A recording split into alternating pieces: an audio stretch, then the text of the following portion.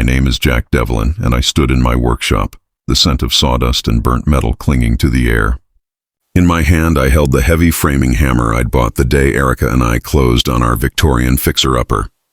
It wasn't just a tool. It was the symbol of 12 years of sweat, trust, and the utter blinding foolishness of believing my wife, Erica, was the woman I thought she was. I was staring at a photo of us, smiling, tacked onto the corkboard, a bullseye for the cold, methodical rage that now defined me.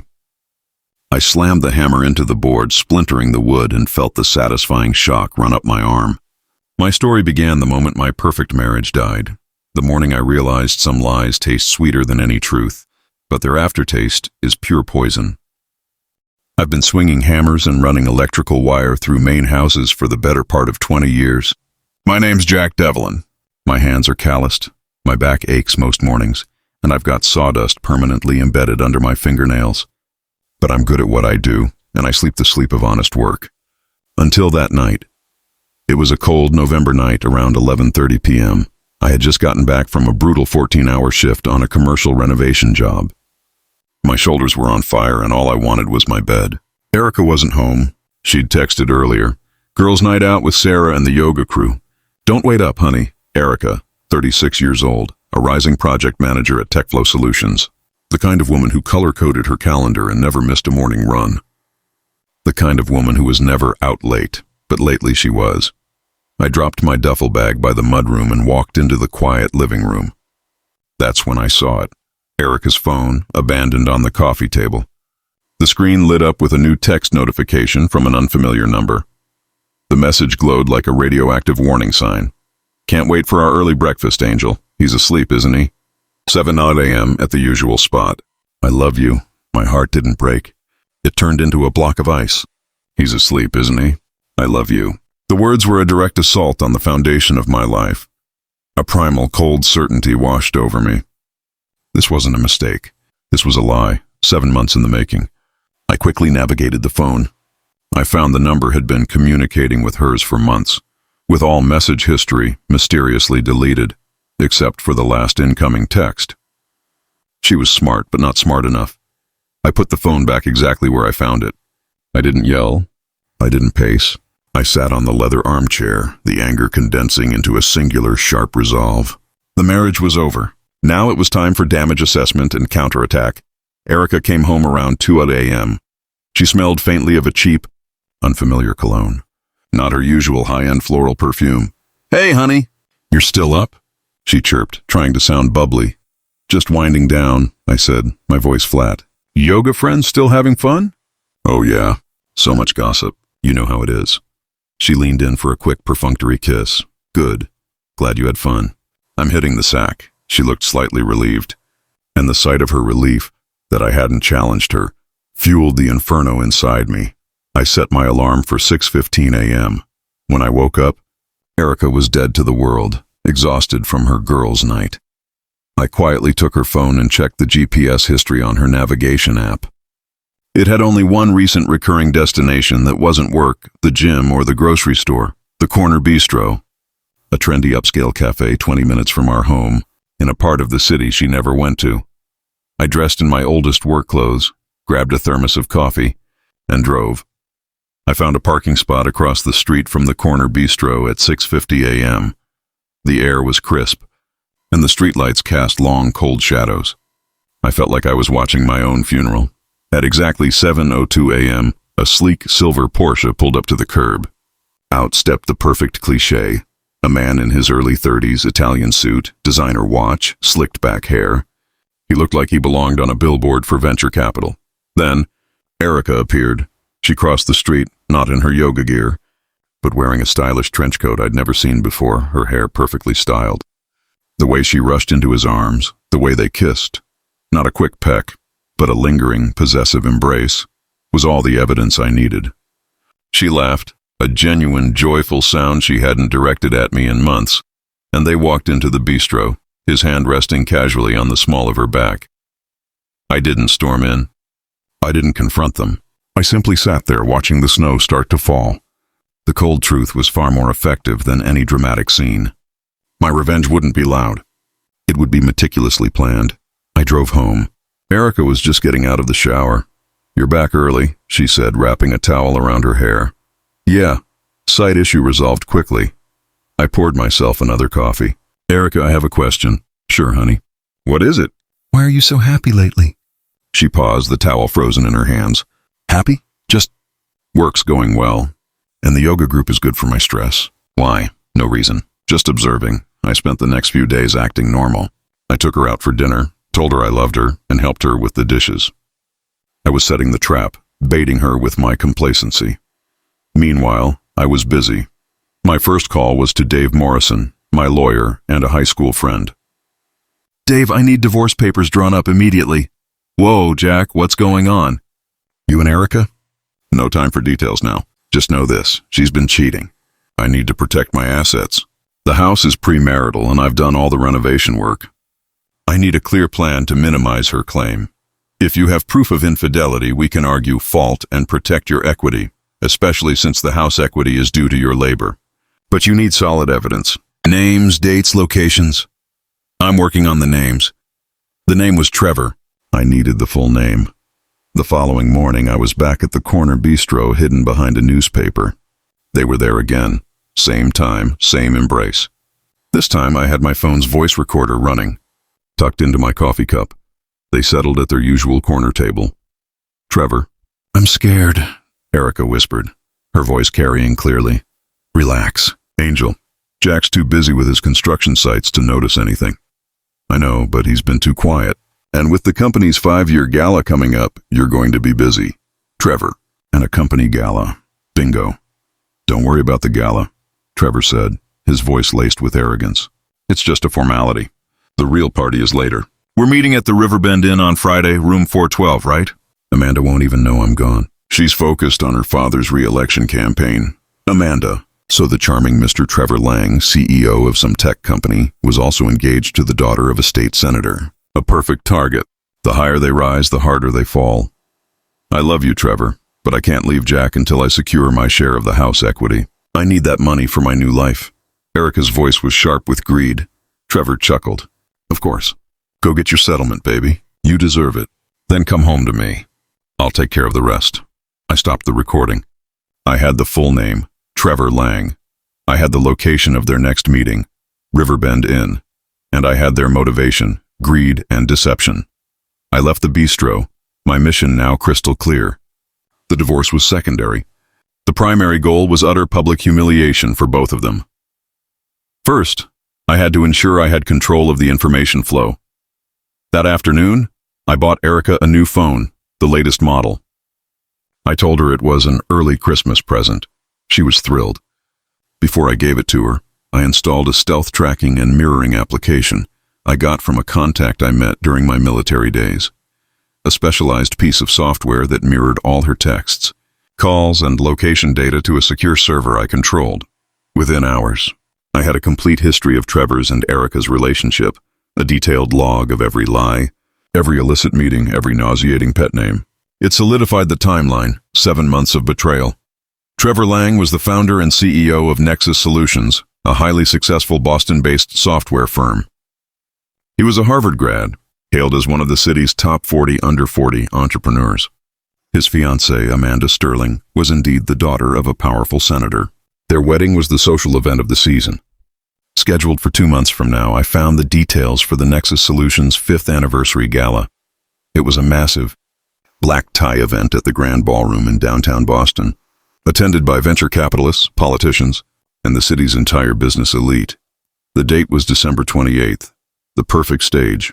I called my old Army buddy, Gus, who now ran a high-end security and penetration testing firm. "Gus, I need a favor." "Big one, personal. Jack, you sound different." "What's the job?" "I need remote access to the main servers and AV system at Nexus Solutions, specifically to Trevor Lang's presentation computer on the night of December 28th. Gus whistled softly. "That's high-level industrial espionage, Jack. That's federal territory." "It's personal territory, Gus. He messed with the wrong man. I don't need to steal anything. I just need to substitute one presentation file for another at a precise moment, and I need a clean escape plan. I'll pay 10 times your normal rate cash." There was a long silence on the line. "Trevor Lang. I know his firm. High security, but I owe you, Jack. You saved my life outside Fallujah. Consider it done. But you better have your story straight, because if this goes sideways, we're both toast. The story is straight, Gus. They thought they could humiliate me and walk away. They're about to find out what a real renovation project looks like. My plan was set. While Erica thought she was safely planning her divorce settlement and her future with Trevor, I was planning a controlled demolition. The Riverbend Inn meeting this Friday was my last intelligence gathering mission. I texted Erica. Huge emergency job came up. Out of town for 3 days, be safe. Love you. I packed a small bag. I wasn't going to a job site. I was going to the Riverbend Inn, but not to room 412. I was going to the room directly across the hall, and I was bringing my best surveillance gear. The quiet, hard-working carpenter was gone.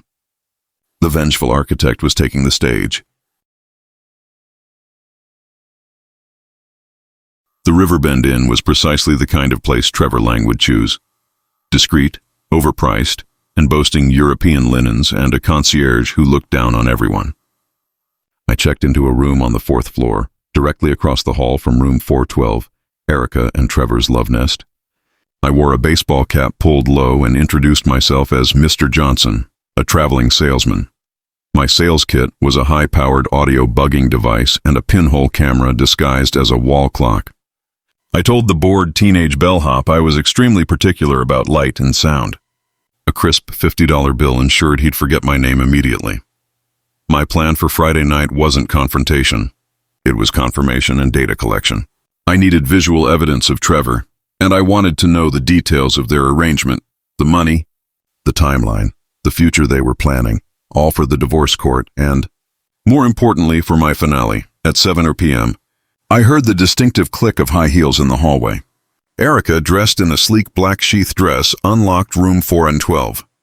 10 minutes later, Trevor arrived, looking impeccable in a dark suit. I didn't see him. I heard their voices clearly through the wall, thanks to my device. The conversation was nauseating.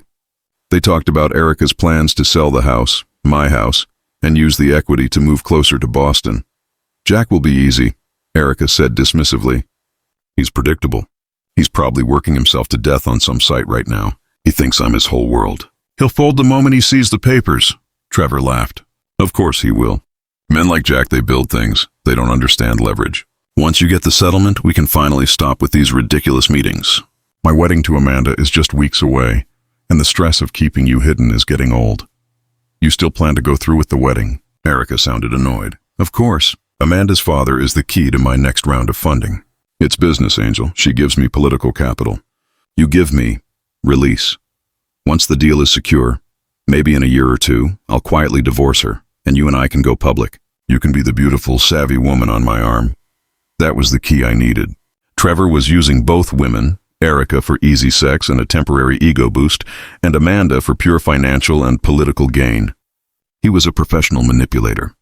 My revenge had to hit him where he lived, his reputation and his wallet. I recorded every word, every plan, every arrogant boast. I had their betrayal notarized in high-definition audio. I packed up my gear and drove back to Maine, arriving home before dawn on Saturday, just as Mr. Johnson was supposed to be returning from his emergency job. The next week was a blur of legal and technical preparations. I met with Dave, my lawyer. I played him the Riverbend Inn recording. Dave's jaw dropped. This is incredible, Jack. We have everything. Not just grounds for divorce, but solid evidence of adultery and financial misconduct intent. We can get you the house, the equity, and probably block any substantial alimony claim from her. Good, I said, but hold the papers. I want them served on December 29th, not a minute sooner. Why the delay? Because first I have a delivery to make. My next meeting was with Gus. He had good news. I'm in, Jack, Gus reported. Nexus Solutions' main network is heavily firewalled. But their Gala presentation system is managed by a third-party AV company with a weak VPN. I created a Trojan. It looks like a standard PowerPoint file update. It's set to activate the moment the main presentation begins. It will replace Lang's keynote deck with whatever file is in the root directory. Perfect. I handed Gus a briefcase. It was thick with cash. The presentation file is ready. I'll load it onto the server myself. I need access to the data center closet at the Grand Ballroom, 30 minutes before the gala starts. Done. I'll get you a fake badge and a route through the kitchen staff entrance. You'll look like AV support. In and out, 15 minutes max. The final piece of the puzzle was the presentation itself. I spent 2 days in my workshop, meticulously designing a 10-slide PowerPoint presentation. It was titled, "The True Cost of a Nexus Solutions Partnership, a Case Study in Deception and Fraud." It wasn't about technology. It was about Trevor Lang. Slide 1, Trevor Lang, visionary CEO. Picture of him and Erica kissing at the corner bistro, time-stamped. Slide 2, Nexus Solutions' newest asset. Picture of the Riverbend Inn room key for 4/12 with the date. Slide 3, long-term investment strategy. A voice clip of Erica saying, "I can't leave Jack until I secure my share of the house equity." Slide 4, political leverage. A photo of Trevor and Amanda with a subtitle, "Leveraging the Sterling family's name for Series C funding." Slide 5, the exit strategy. The final recorded segment, Trevor saying, "Once the deal is secure, maybe in a year or two, I'll quietly divorce her," and so on. The presentation was a visual and auditory chronicle of his duplicity, delivered in his own corporate style. December 28th. The night of the Nexus Solutions' 5th Anniversary Gala, Erica was busy preparing. She had told me she was going to a mandatory TechFlow networking event in Boston. I simply nodded and kissed her goodbye. She looked beautiful and guilty. I drove my old truck into the heart of Boston, the heavy framing hammer of my vengeance ready to strike. The grand ballroom was a fortress of wealth and power. Valets, flashing cameras, and a sea of tuxedos and designer gowns. Amanda Sterling was there, a stunning figure in a red dress, greeting guests with her senator father by her side. Trevor was the man of the hour, a beacon of success. I slipped in through the service entrance, my fake badge giving me access. The air conditioning closet, which doubled as the AV control room, was small and cramped. A nervous young technician was wrestling with the projector. "Hey, maintenance update," I muttered, flashing my badge. "System security patch. Need to upload a new file to the main drive." He barely looked up, too focused on his cables. Yeah. Drive is open on the desktop. Don't touch the soundboard." In less than 5 minutes, I replaced the boring corporate keynote file with my Trojan and the incriminating presentation deck. The replacement file was perfectly named, Lang Keynote Final 2025 PPTX. I deleted the original, mission accomplished. I slipped out, discarded the badge in a nearby bin, and watched the ballroom doors close. I didn't stay to watch the show. My presence was no longer required. The detonation was set. I drove to a small, quiet bar 2 blocks away, ordered a whiskey, and waited for the clock to strike 8 p.m., keynote time. At 8:03 p.m., my phone buzzed. It was Gus. "It's on, Jack. He's on stage. Starting the presentation. Good luck, soldier." I held my breath. The silence that followed was broken by a text notification from my mirrored Erica phone. Her frantic messages started pouring in. Erica, 8:05 p.m. What the hell is happening? Erica, 8:06 p.m. Trevor's screen just showed a picture of us, the bistro. The whole room saw it. Erica, 8:07 p.m. The audio is playing. It's our talk. From the inn. Trevor is screaming. Erica, 8:08 p.m. Jack, if you're doing this, stop it. My father is pulling the plug. Amanda's crying. It's chaos. I took a slow sip of my whiskey. It was the sweetest drink I'd ever tasted. The sound of chaos in a distant ballroom was music to my ears. I typed a reply, one last clean cut. The price of deception, Erica. The settlement is in your hands now. Have a nice night. I knew the fallout would be immense. Trevor Lang's career, his engagement, his social standing, all pulverized by 7 minutes of high-definition betrayal. Erica's networking event was a disaster. Her name was now forever linked to the most spectacular corporate and social implosion of the season. The phone rang. It wasn't Erica. It was Amanda Sterling, the senator's daughter, her voice ragged with shock and fury. "Who are you?" "The presentation had your number, Jack Develin." "What did you do to Trevor?" "I didn't do anything to Trevor, Amanda," I said calmly. "I simply presented the truth. Your fiancé is a cheat and a fraud. He was using you for your family's name and my wife for his ego. Now you know. File the lawsuit and demand a full forensic audit of Nexus Solutions. I think you'll find more than just infidelity there." I hung up. The next morning, the headlines were everywhere. Tech CEO's gala implodes. Adultery and political scandal rock Boston elite. The story mentioned the public embarrassment, the enraged senator, and the immediate call for Trevor Lang's resignation. I was home by noon. The house was quiet. Erica arrived shortly after, her face pale, her eyes red, her expensive coat crumpled. You destroyed him!" she hissed, her voice a broken whisper. I was in the kitchen, already making coffee. "No, Erica, Trevor destroyed himself. I simply helped broadcast the results of his poor decisions."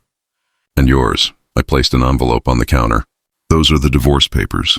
You get exactly what's required by law, nothing more. The house stays with me. You can sign them, or we can do this in court with your little performance review from the Riverbend Inn. The choice is yours." She stared at the papers, then at me. The beautiful, ambitious woman was gone, replaced by a desperate, ruined version of herself. 12 years, she choked out. 7 months, I corrected her, sipping my coffee. You threw away 12 years for 7 months of a cheap fantasy. Now sign the papers and get out of my house. The new locks are going in at sundown. I watched her sign the documents, defeated. The great corporate schemer reduced to a common cheat, facing the end of her comfortable life. As she drove away in the car I had paid for, I walked to my workshop. The hole I had hammered into the corkboard was still there, but the rage was gone. It was replaced by a quiet, deep satisfaction. I picked up my hammer. Time to start the real work, renovating my life. The house was mine, clean of her lies, built on a foundation of honest work. And this time, the foundation would be solid.